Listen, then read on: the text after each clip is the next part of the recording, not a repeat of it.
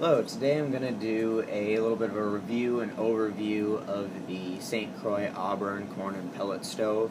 I got it this year because last year heating prices were so astronomical that I could barely afford to heat my house with propane, and this year it's not as big of an issue, but prices will always go up. It's nice to have an alternative heat source, and this is still cheaper than propane.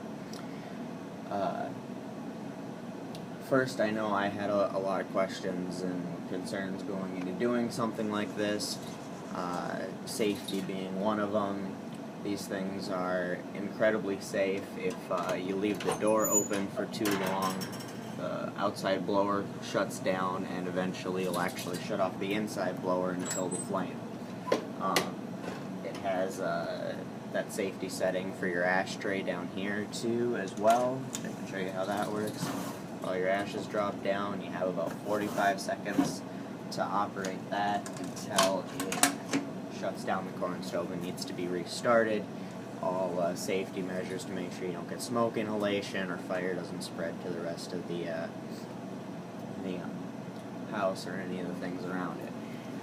In the instructions, it says that you can do 6 inches from the back of the corn stove where the pipe goes through the wall, and only 4 inches on either side. They recommend a foot, anything directly in front of it. I have a table right here, close to it, nice wooden table there that hasn't caught fire yet. Most of it's warm to the touch, but not going to burn you. If you touch the glass, that will burn you. It probably gets the hottest. It has heat tubes up here. That's where all your warm air blows down. It has a couple different fan settings, and it's really nice. You can hang things in front of it. We use it to dry a lot of our clothes that can't be washed or machine dried, and in the winter you can't hang them up outside. Give you a little background. I live in east central Minnesota, so we see -20, -30 on not that rare of an occasion.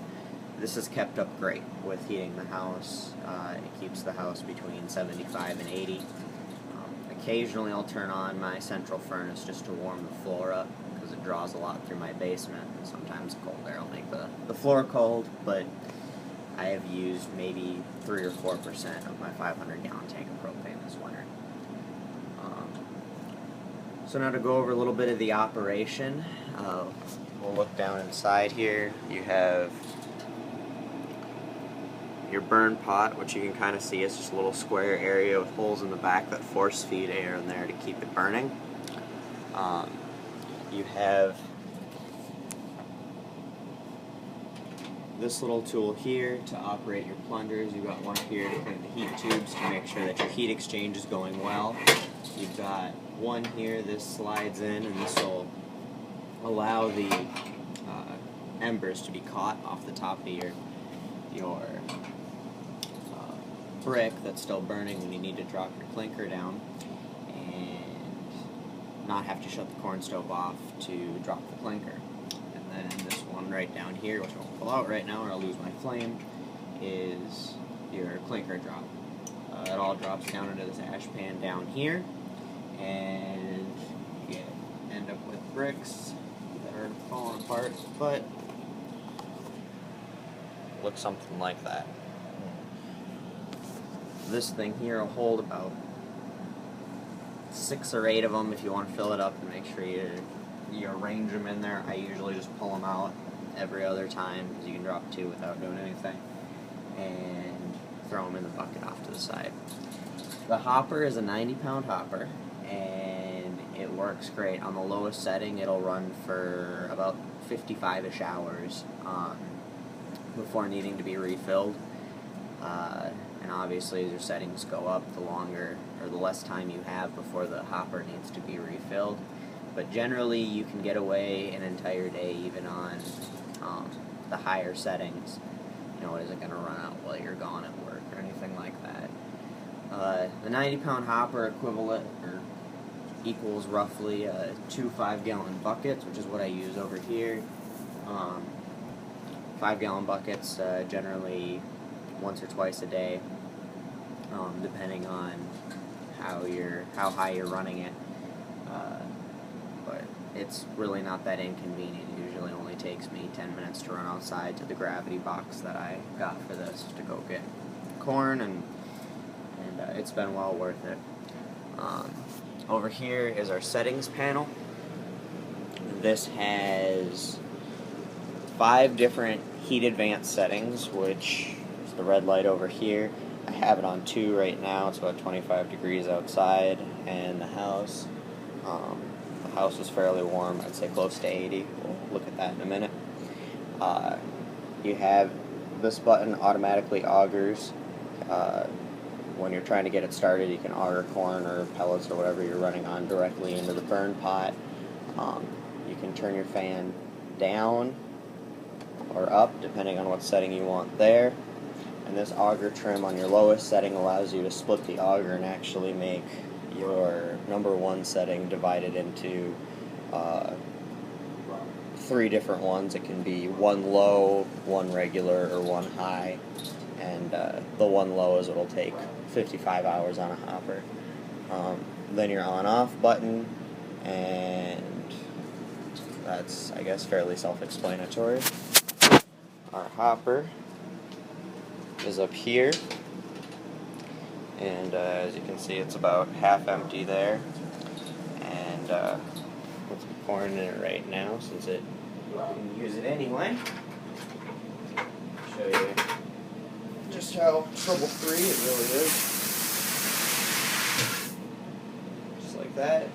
You do get a little bit of dust from the corn and the ash when you open and clean the thing, but there it is. And then we'll show you how it can be vented right through the wall. Back here, it's just a simple double-walled pipe. I went 3-inch to 4-inch because they were all out of 3-inch when I was buying the pipe, but you can run 3-inch all the way out.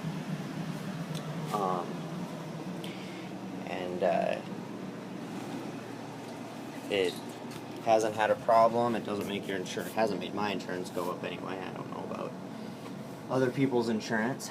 But other than that, it requires